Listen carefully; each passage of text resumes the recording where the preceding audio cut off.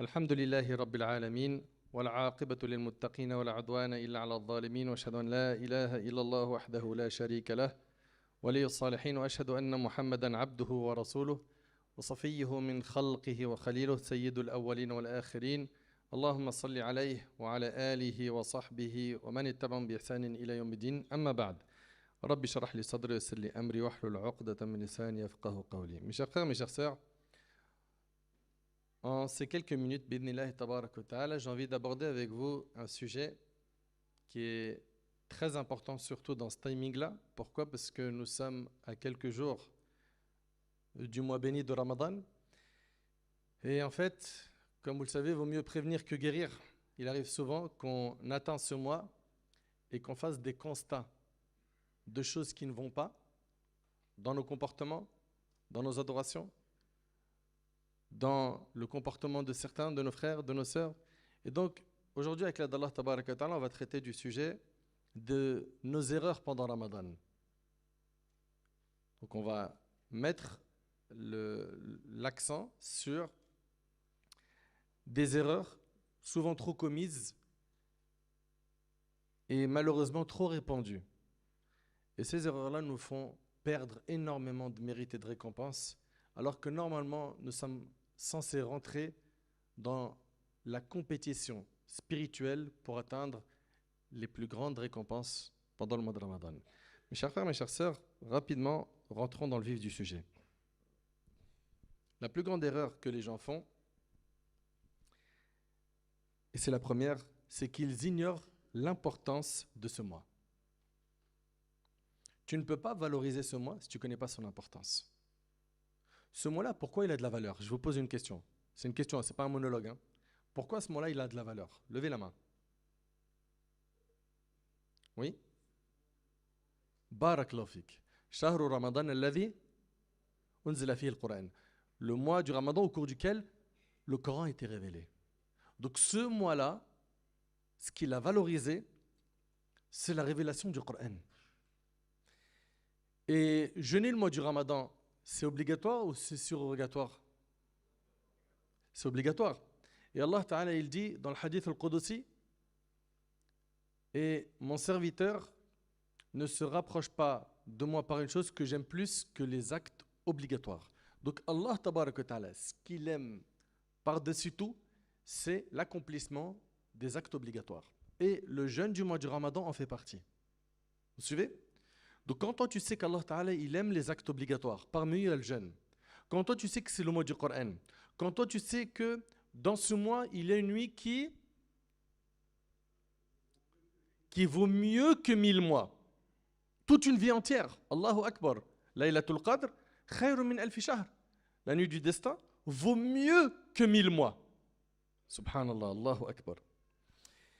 Également, pendant ce mois, le prophète il dit quand arrive le mois du Ramadan, on ouvre les portes du paradis, on ferme celles de l'enfer et les démons sont enchaînés.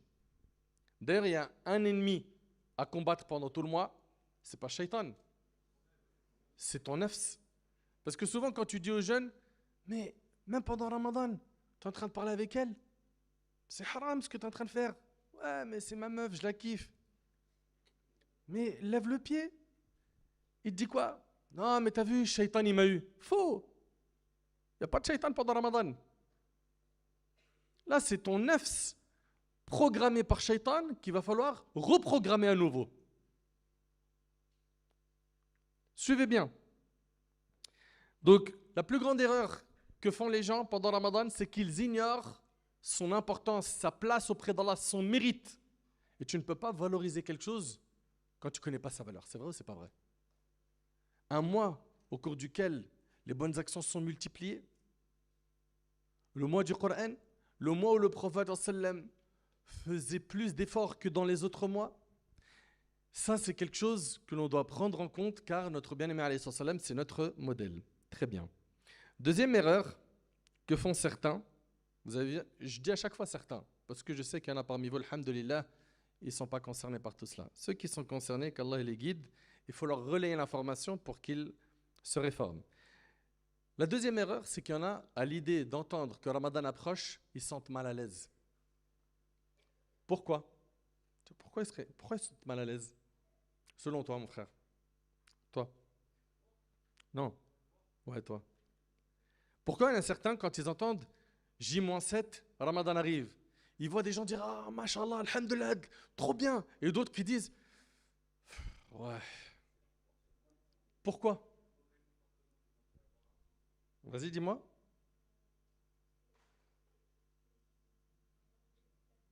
Parce qu'il ne va pas manger toute la journée. Non, c'est pas pour ça. Oui, madame? Barakallahu fiki. Parce qu'il va devoir, bessif ali, parce que c'est trop la honte sinon, arrêter des péchés qu'il faisait avant. Et tu l'entends, hein? Lui dire, bon, Ramadan il arrive, on fait un break d'un mois, tous les jours je te ferai de dua. Wallah, je t'oublie pas. De toute façon, c'est la place que tu as dans mon cœur. En fait, j'ai plus d'organes, j'ai toi. Vous connaissez le disquetteur mytho là. Et donc, lui ou elle, à l'idée d'entendre que Ramadan arrive, ma crush, mon crush.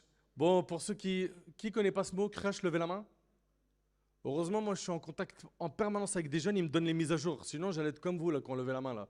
Crush, c'est sa main, la petite copine. Ok? Mon petit copain, mon petit amoureux. Pareil pour ceux qui fument la clope ou la drogue ou autre. Lui, il entend Ramadan, il arrive. Oh, il est zaaf, hein. Il est énervé. Pourquoi? Moi, il me faut ma dose. Et subhanallah, wallah, une parmi les choses qui m'a fendu le cœur, qui m'a déchiré le cœur, qui me l'a broyé, c'était de voir des vidéos où des jeunes se filmaient en train de rompre le jeûne avec un joint. Et ces vidéos-là, peut-être vous les avez vues, elles ont circulé partout. Subhanallah, ce mois-là, il nous apprend quelque chose. C'est qu'on est fort, très fort, capable, courageux, déterminé, fort. Par quoi? Tu as réussi à te priver du halal, du fajr au maghrib. Subhanallah. Du fajr au maghrib, même en période d'été, il fait hyper chaud. Regardez bien, je vous prends au défi, vous là, ici là. On te met un verre d'oasis tropical bien frais sur la table de la cuisine. Ok? Et après on te dit, dans la cuisine, il y a un truc qui va te faire kiffer. Tu rentres, tu vois le verre, t'as hyper soif. Tu vas l'approcher? On est en journée, hein? Dans le temps du jeûne.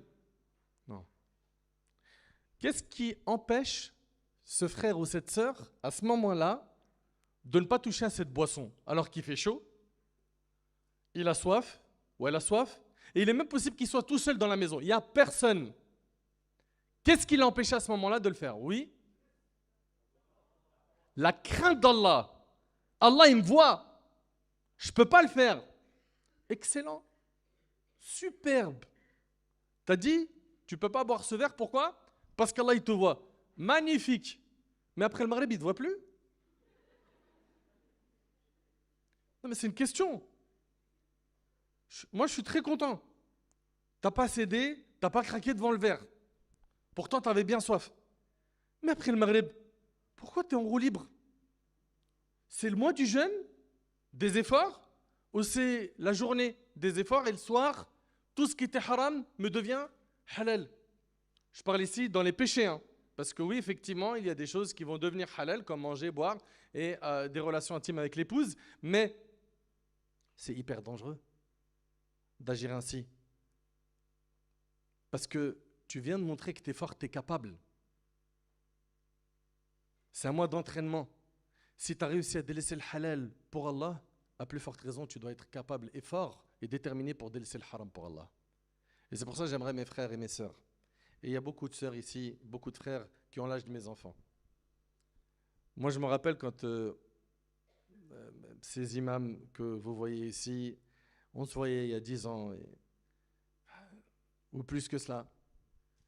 Moi, je me souviens encore, même avant ça, je me rappelle, quand je m'asseyais avec des jeunes et j'avais leur âge, j'avais 17, 18, 19, 20, et on s'asseyait, on écoutait les conseils des grands frères. Et aujourd'hui, subhanallah, un claquement de doigts, bah voilà, Nader aujourd'hui, il a le double de plein de vingtenaires de cette salle. mon frère l'Arabi pareil, Cheikh Khaled et Mehdi et d'autres. Et en fait, nous, on veut votre bien. Et ça, c'est un point que vous devez comprendre. Si parfois, vous allez entendre des paroles qui vont vous bousculer un petit peu, c'est parce que nous, on a aussi le souci qu'ont vos parents, voire plus. Nous, on porte le souci du prophète, sallallahu alayhi wa sallam. Le souci du prophète, sallallahu alayhi wa sallam, c'est quoi? C'est d'amener un maximum de monde à la félicité et au salut le jour du jugement. Oui ou non? C'est pas la mission des prophètes? Donc quand nous on vous parle et qu'on vous parle de certains péchés et qu'on vous parle avec des exemples bien précis, c'est parce qu'on sait. On sait que c'est des choses qui bouillonnent dans votre tête. On sait que vous avez besoin d'entendre quelqu'un qui vous dit « je t'aime », que tu as besoin de mariage, que tu as besoin de sentiments, que tu as besoin de reconnaissance, que c'est normal. Et l'islam n'est pas venu mettre une croix sur les sentiments, les relations amoureuses, mais il est venu leur donner un cadre noble et magnifique qui s'appelle le mariage. Tu as les moyens, tu te maries. Tu n'as pas les moyens, tu te préserves. Et par le fait que tu te préserves, Allah tabaraka wa ta'ala va te réserver une bonne personne. Et c'est en se rapprochant d'Allah tabaraka wa ta'ala qu'on va trouver l'apaisement et la tranquillité et la joie, le bonheur sur terre. Et pas en regardant certains nous dicter des nouveaux codes sur les réseaux sociaux qui n'ont rien à voir avec nos valeurs. Rien à voir. Il n'y a qu'à voir aujourd'hui la pluie de mauvaises personnes qui appellent au mal sur TikTok, sur Insta, sur Snap, qui racontent leur vie H24. En fait, leur vie, c'était le néant dans leur vie, elle était nulle. Un événement de leur vie leur a donné de la visibilité. Et depuis, les gens ils sont intéressés pour savoir qu'est-ce qu'il fait, qu'est-ce qu'il a dit, qu'est-ce qu'il mange, qu'est-ce qu'il pense. J'aime bien ses opinions. Il mange quoi le matin? Hein, cet exemple, je le donne souvent. Ils sont là, ils disent, alors, elle est en train de nous dire qu'elle a mis du flocon d'avoine avec de la banane et du miel.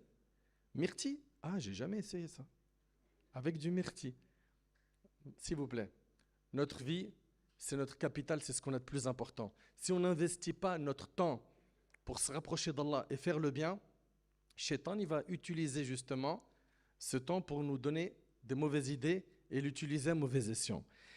Donc, la deuxième erreur, c'est qu'il y a des gens qui ont un pincement dans le cœur quand Ramadan arrive. Alors que nous, on doit aimer ce qu'Allah aime.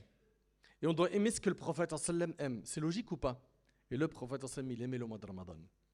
Et le prophète sallam, pendant Ramadan, il faisait des efforts, c'était constant, et à la fin, il doublait les efforts. C'est-à-dire quoi?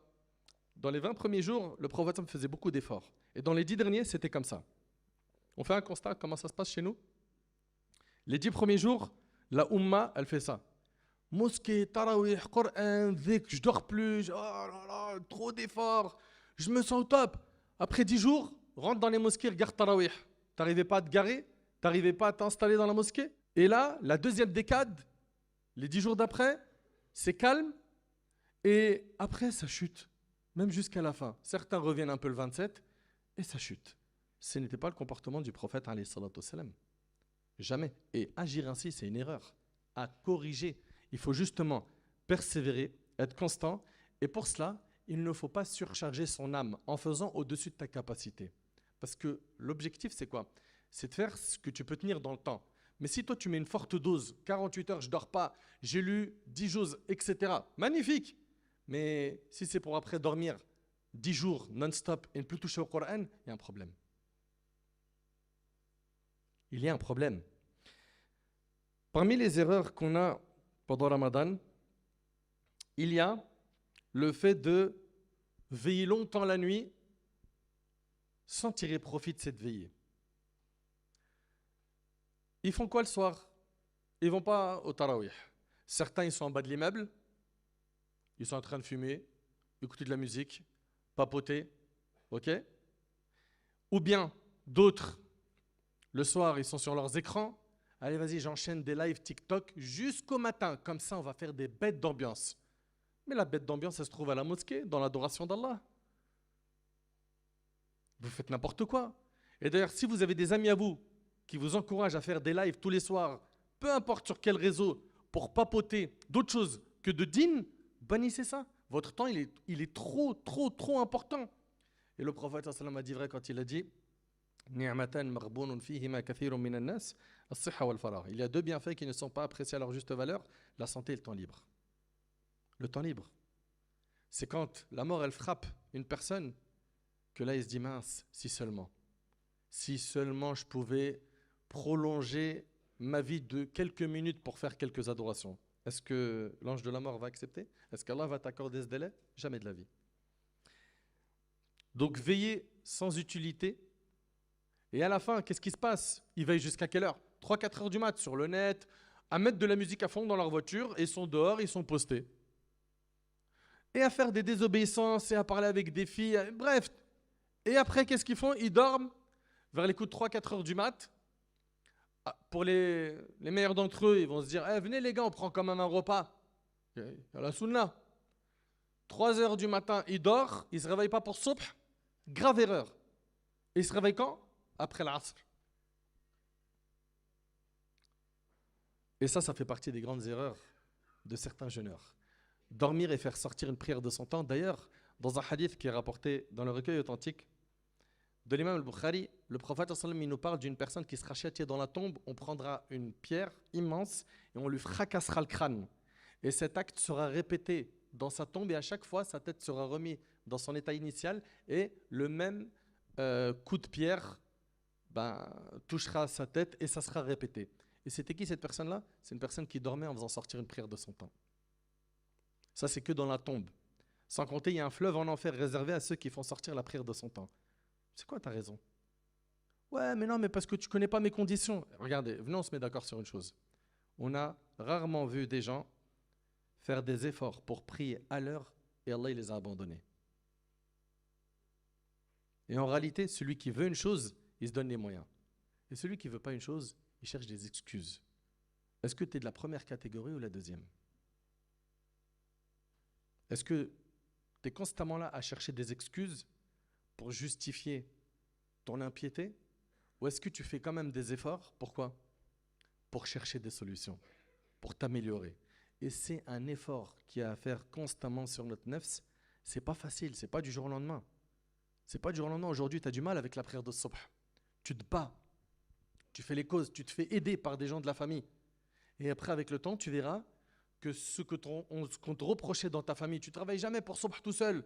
Hein, quand il s'agit d'une sortie scolaire, tu es debout une demi-heure avant l'heure. Mais pour subh, c'est ce que les parents disent à leurs enfants, oui ou non? Mais pour subh, tu es au lycée, hein, tu ne te réveilles jamais toute seule ou tout seul. Tu fais l'effort et tu demandes à Allah. Et wallahi, ça paye. وَالَّذِينَ جَاهَدُوا فِينَا لَنَهْدِيَنَّهُمْ سُبُلَنَا. Allah Ta'ala, il dit ceux qui font des efforts pour nous, pour Allah, Allah il va les mener au chemin qui mène à lui. Donc fais des efforts et Allah subhanahu wa ta'ala il te facilitera. Parmi les erreurs pendant le mois de Ramadan, il y a le fait d'accorder trop de temps aux écrans. Les écrans, il va falloir les diminuer. Ils rentrent à la mosquée pendant le tarawih, ils font des TikTok, ils font des lives. Ouais, regardez, on est en train de courir. Mais t'es pas au parc. Ouais, regardez, l'imam, il est en train de faire quoi? Là, je suis en live, là. Et en selfie, je fais une vidéo et un snap. Mais respectez l'endroit. Vous êtes dans la maison d'Allah. Le prophète il a dit que les endroits les plus aimés d'Allah, c'est les mosquées. Les mosquées, c'est des endroits qui sont valorisés dans notre religion. On y trouve normalement quoi? La sérénité, la paix, la quiétude, le repos, le calme. Et pas le désordre, l'anarchie, le mauvais stationnement, les plaintes des voisins. Regardez, oh là là, les musulmans encore, ils ont leur prière de nuit. Et on entend après des voisins non musulmans qui souhaitent la fermeture de la mosquée à cause de l'irresponsabilité d'un des frères qui s'est garé dans un virage qui empêche le bus de circuler. Mais déplace ton véhicule, va loin, et après rattrape ce que tu peux des prières et ne salis pas l'image de l'islam. Et quand vous rentrez à la mosquée, s'il vous plaît, rendez-vous ce service pour vous, pour tirer profit du mois de Ramadan. Mettez vos téléphones du début de l'entrée de la mosquée à la sortie en mode avion. Et j'invite même les responsables des mosquées à mettre des mots, surtout pour nos frères et nos sœurs qui viennent pour Tarawih et qui y vont là-bas. C'est un effet de mode où ils y vont pour se divertir et pas pour se ressourcer spirituellement. Il y a des gens, ils vont là-bas parce qu'ils ont besoin de purifier leur cœur, parce qu'ils ont besoin de sérieux. Et toi, tu viens, tu saccages ce sérieux. Parce que tu veux t'amuser, tu crois que tu es au parc. Il y a un moment pour tout. Dans notre religion, il y a du sérieux et aussi le droit de se divertir. Là, tu vas aller prier le tarawih, ou tu vas aller assister à une conférence, ou tu vas aller assister à une halaqa de tahfidh Coran, d'apprentissage du Coran. C'est des moments sérieux. Ce n'est pas des moments de blague. Qu'est-ce qu'ils font vos snaps et vos TikTok sur ce terrain-là? C'est une maladie. Soignez-vous. Et une parmi les choses qui va vous aider, c'est je rentre à la mosquée, je le mets en avion. Et je préviens ma famille avant. Comme ça, ils comprennent. Je suis à la mosquée, je ne suis pas joignable. Comme ça, au moins, on a la paix dans la mosquée. Aussi, parmi les erreurs, pendant le mois de Ramadan, il y a le fait de manger jusqu'à ne plus pouvoir bouger. Le matin, pour Sahour, il y en a, ils chargent. D'autres, c'est un peu léger, ils prennent quelques dates de l'eau. Par contre, pour le Maghreb, le rendez-vous, là, il est sérieux. Prends de quoi rompre ton jeûne, prie le Maghreb en étant léger, et après, assieds-toi et mange. Certains, qu'est-ce qu'ils vont faire? Ils vont manger, manger, manger, manger, jusqu'à il transpire. Et après, tu le vois, il était assis, mais à un moment, il a glissé. Il n'est plus assis.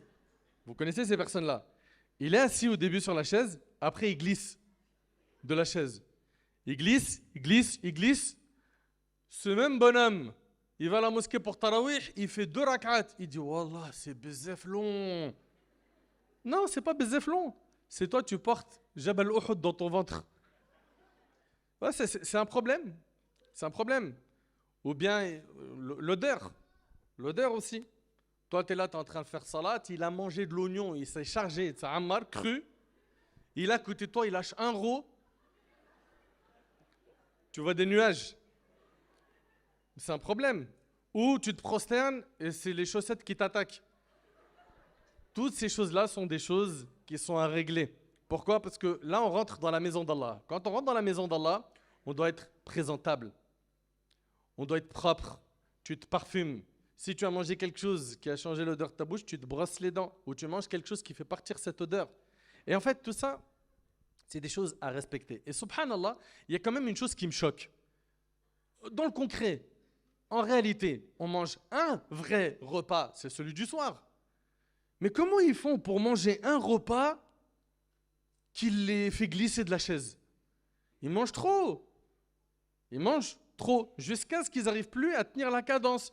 Tarawih, il ne tient pas, il ne supporte rien, il étouffe, il sue. Faites doucement. Et il y a aussi une autre erreur qui est liée à la nourriture, c'est le gaspillage. Est-ce que vous trouvez normal qu'une famille qui aime Allah et son prophète fasse à manger, et subhanallah, ils font beaucoup plus que ce qui est nécessaire? Regardez bien ici, là. Hein. Et à la fin, au lieu de garder ça pour le lendemain, ou de distribuer tout de suite un peu aux voisins pour diminuer la quantité, non, je ne veux pas donner aux voisins, j'ai la flemme. D'accord? Le lendemain, non, je vais lui donner un truc qui date d'un jour. C'est quoi ta solution? Poubelle. Vous aurez des comptes à rendre sur ça. Et Allah Ta'ala dit, Innal mubadhirin kanu ikhwana ash-shayatin. Les gaspilleurs sont les frères du diable. Dans l'islam, on n'a pas le droit de gaspiller. Il se peut que dans tes calculs, tu en aies trop fait. D'accord. Même si tes voisins ne sont pas musulmans, dès maintenant, fais ton calcul, tu prends une assiette, si c'est un couscous ou peu importe le plat, et tu dis, tu tapes à la porte, voilà, c'est le ramadan, c'est le mois du partage, on voulait vous offrir ce plat. Tu as gagné des récompenses, tu as fait rentrer la joie dans leur cœur, tu leur as montré une bonne image de l'islam et tu as évité le gaspillage.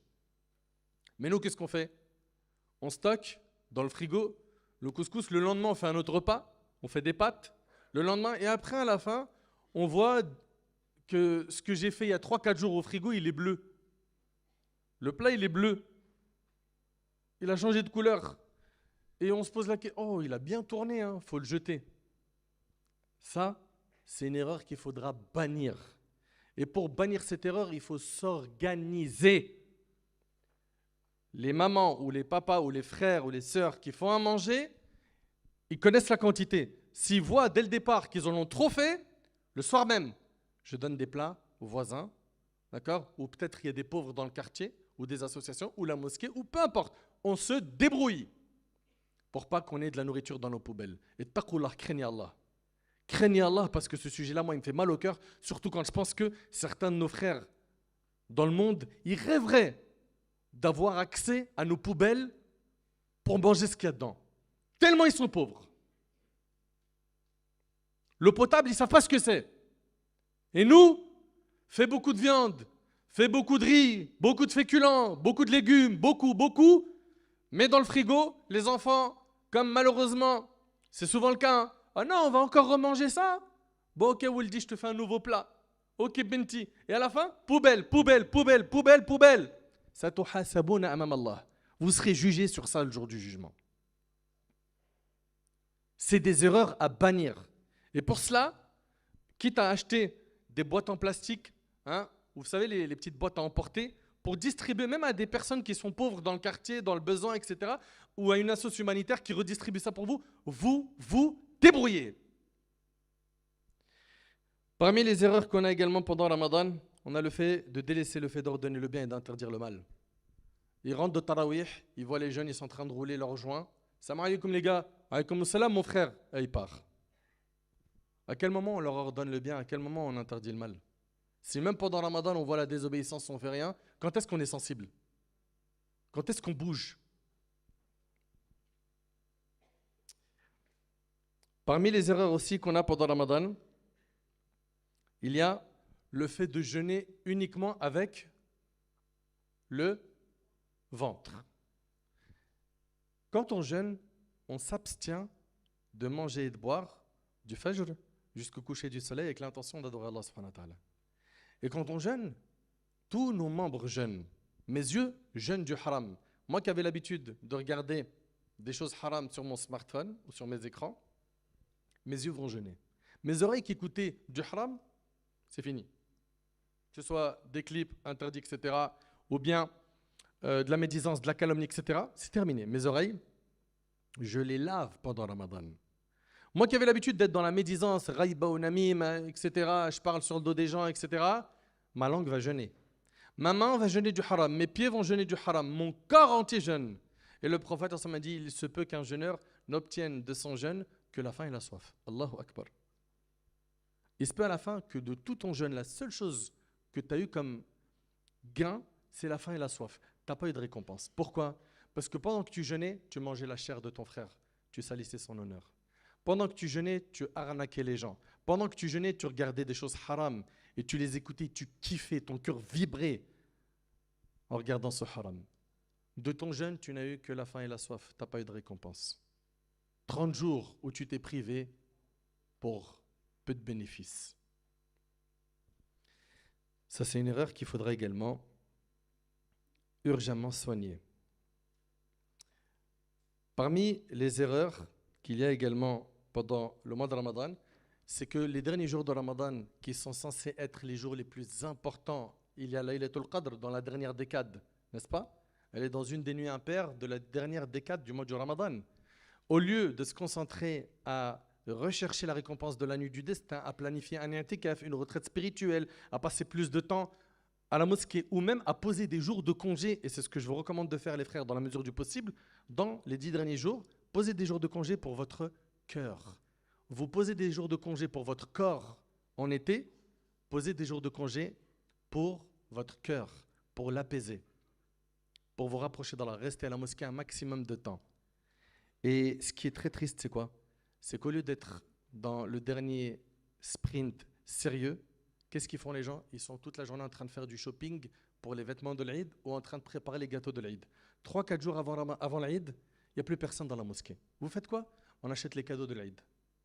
Planifiez ça avant. Ou débrouillez-vous même pour faire ça en ligne, si vous connaissez vos tailles, les vêtements, etc., pour passer le minimum de temps dans le centre commercial pendant Ramadan. Votre temps, il est trop précieux pendant Ramadan. Il se peut qu'on n'atteigne même pas ce mois. Vous croyez que c'est garanti qu'on va vivre jusqu'à Ramadan? C'est pour ça les pieux prédécesseurs, 6 mois avant Ramadan, ils disaient quoi? Allahumma balighna Ramadan. Oh Allah, fais-nous vivre jusqu'à Ramadan. Et après Ramadan, qu'est-ce qu'ils faisaient? Pendant 6 mois, ils demandaient à Allah d'accepter leurs efforts pendant le mois de Ramadan. Donc il faut faire le nécessaire. Pourquoi? Pour optimiser notre temps. Tu as besoin d'une sieste, pas de problème, mais je ne dors pas toute la journée. Et je ne fais jamais sortir une prière de son temps. Et il faut que je me fixe des objectifs de comment je vais ressortir de ce mois. Je sais comment j'étais avant, le mois de Ramadan. À la fin du mois, est-ce que je serai le même? Si c'est le cas, tu as échoué. Si tu es ressorti avec un repentir sincère de Ramadan, tu as gagné. Tu es ressorti avec l'assiduité dans la prière, tu as gagné. Tu es ressorti avec l'amour profond du Coran et un programme établi de dhikr, de Coran, tu as gagné. Tu es ressorti avec rien, c'est une catastrophe. Une catastrophe. Donc, faites-y très attention aux derniers jours du mois de Ramadan. Rappelez-vous que le prophète sallallahu alayhi wa sallam a dit Man qama laylatul qadr imanan wa ihtisaban ghufira lahu ma taqaddama min dhanbi. Quiconque veille la nuit du destin en prière, poussé par sa foi et par l'unique récompense d'Allah, Allah lui pardonnera ses péchés passés. Et celui qui jeûne également, poussé par sa foi et par l'unique récompense d'Allah tabaraka wa ta'ala, il sort de ce mois-là pardonné de ses péchés. Et le prophète m'a dit Al-Qur'an wa siyam yashfa'ani lil-'abd. Le Coran et le jeûne intercéderont en la faveur de leur auteur. Subhanallah, le jeûne il va dire Ya Allah, je l'ai privé de manger et de ses passions, laisse-moi intercéder pour lui. Il a délaissé ses passions pour toi, Ya Allah. Et le Coran dira Ya Allah, je l'ai empêché de dormir la nuit, laisse-moi intercéder pour lui. Et le prophète m'a dit Fayushafa'an. Et les deux intercéderont pour toi le jour du jugement. Mais pour pouvoir avoir cette intercession, que le Coran vienne te défendre le jour du jugement, que le jeûne vienne intercéder en ta faveur le jour du jugement, il va falloir que tu fasses un mois plein d'adoration de qualité et que tu délaisses le confort, que tu sacrifies tes efforts, de ta mauvaise fréquentation, de ton temps, que tu t'organises pour être quelqu'un de meilleur après ce mois. J'implore Allah subhanahu wa ta'ala de nous accorder de vivre jusqu'à Ramadan. J'implore Allah subhanahu wa ta'ala de nous combler de bienfaits pendant ce mois. J'implore Allah subhanahu wa ta'ala de nous affranchir du feu de l'enfer pendant ce mois béni. J'implore Allah tabarak wa ta'ala de nous accorder de jeûner et de prier comme lui le veut subhanahu wa ta'ala. Sallallahu tabarak wa ta'ala an yuwaffiqani wa iyyakum li fi'li al-khayrat wa tark al-munkarat. هذا والله أعلم سبحانك اللهم بحمدك أشهد أن لا إله إلا أنت أستغفرك وأتوب إليك حفظكم الله ورعاكم. Je vous aime pour Allah subhanahu wa ta'ala et du plus profond de mon cœur, le plus grand souhait que j'ai, ainsi que ceux qui appellent Allah, c'est qu'un maximum de gens se retrouvent le jour du jugement au paradis. Mais pour cela, nous, on n'a pas de pouvoir sur vos cœurs. Ça, il faut que vous le compreniez. Vous pouvez écouter des conférences toute la journée sur YouTube ou sur les réseaux sociaux de tel imam, tel conférencier, tel prêcheur, etc. Il y a un effet de stimulant qui vient du discours que tu as entendu, mais 90% de l'effort, voire 95%, il vient de toi, de ton changement personnel, de ta volonté d'être quelqu'un de meilleur. Qu'Allah subhanahu wa ta'ala vous préserve et pense à nous dans vos invocations. Barakallahu fikum wa akhiru da'wana alhamdulillahi rabbil alamin.